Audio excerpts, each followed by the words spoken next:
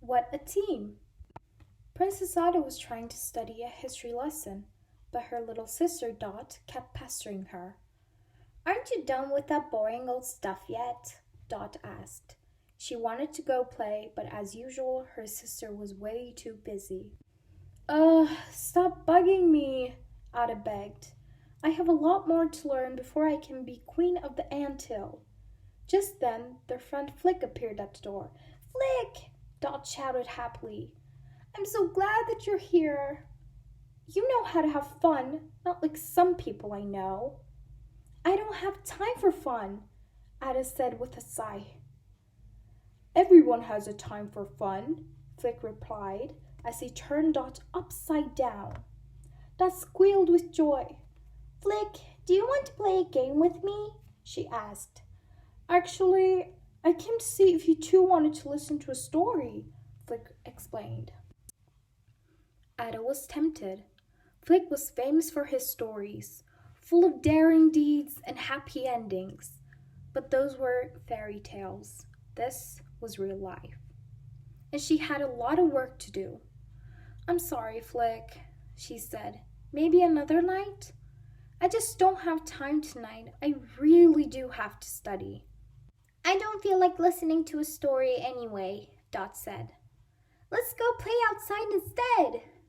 Oh, no, you don't, Ada said firmly. It's getting late. It's almost time for you to go to bed. You never want to do anything for fun, Dot complained.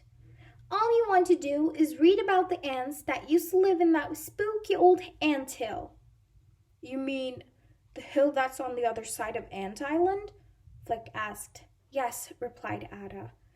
There's a lot that we can learn from how ants used to live. Flick began to look through the leaf scrolls that were piled on Ada's desk. Look at this, he said suddenly. What is it? Dot asked. It's a map that shows how to get to the old ant hill, Flick asked. Take a look. Dot looked at the mysterious marking on the map. Suddenly, Ada's studies didn't seem so boring anymore. Maybe we go there. Please, please, please, Dot begged, jumping up and down with excitement. I don't think we should, Ada advised. Who knows what we might find there? She was always very practical. But that is what's so great, Dot cried.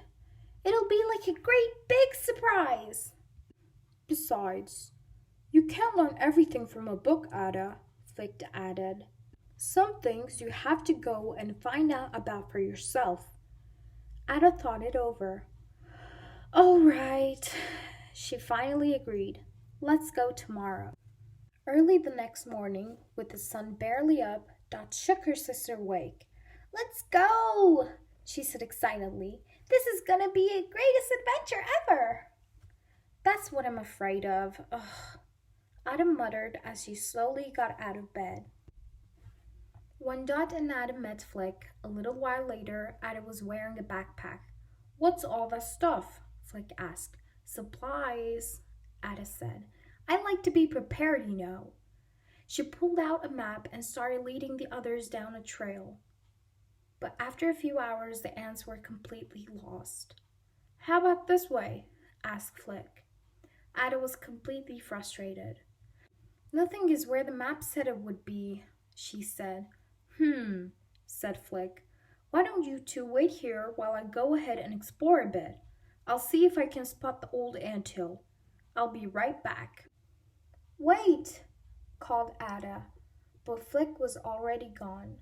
Dot and Ada waited and waited and waited, but Flick didn't come back. They began to get worried. Oh, this is just terrible, Ada cried. We'll have to go and find him, Dot said. She began climbing a dandelion stem to get a better view. Dot, said Ada, come down from there while I figure out what to do. I see the old anthill, Dot shouted from above. It's a little further away than I thought, but we should be able to get there without a problem. But we don't know whether Flick went that way, Ada called up to her. If we just wait here, he'll probably come back soon. I'm sure he's fine. We waited long enough, Dot said, sliding down the plant. Flick could be in trouble. Anyway, he said he was looking for the old anthill. I'm sure he went in the right direction. Dot headed off toward the old anthill, and Ada had to hurry to catch up. The sisters soon found themselves in a thick jungle of plants. Ada's antennae kept getting tangled in the leaves. Luckily, Dot was there to help. Just then, the girls heard Flick calling in the distance. "We're coming!" Dot shouted, running toward his voice. "Be careful, Dot!" Ada called after her, but it was too late. Dot had run through a puddle of gooey sap. Her feet were stuck in the ground. As Ada helped Dot clean her feet, Dot looked up at her and said, "Thanks. I suppose I should slow down and watch where I'm going." Ada smiled at her sister. "You're welcome," she said. "Besides, we're supposed to help each other. That's what sisters do, right?" "Right," Dot exclaimed, smiling. The sisters started on their way again. Suddenly, Dot heard a loud rustling overhead.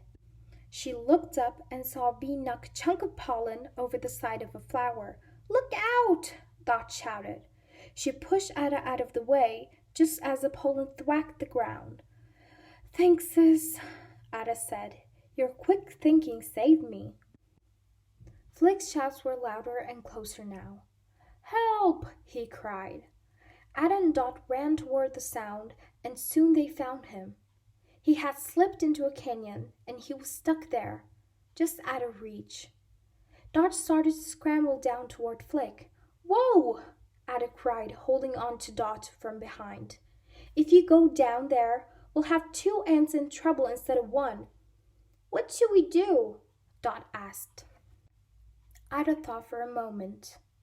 "Maybe we can make a rope from those plants over there," she suggested, pointing to a flower. "Yeah!" exclaimed Dot. "That's a super plan, Ada." The sisters collected the pieces of plant stems and tied them together.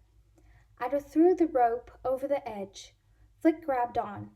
The sisters pulled with all of their might and slowly hauled Flick up. "That was amazing, you guys. Thanks," Flick said. Later, the 3 ants finally found the old anthill. "Wow, look at that!" exclaimed Flick. "Why don't you 2 wait here while I go ahead and make sure everything's safe?" But Dot stopped him. "Wait, Flick. Let's stay together and make a plan first," she said and winked at Ada. Ada smiled at her sister. "That way we can look out for one another," she said. "Huh?" Flick asked. "Let's just say that today I learned that my sister is a quick thinker," Ada said proudly. "And my big sister is a good planner," added Dot. "Well," said Flick, "you 2 make a quite team." Ada and Dot beamed. Flick was right.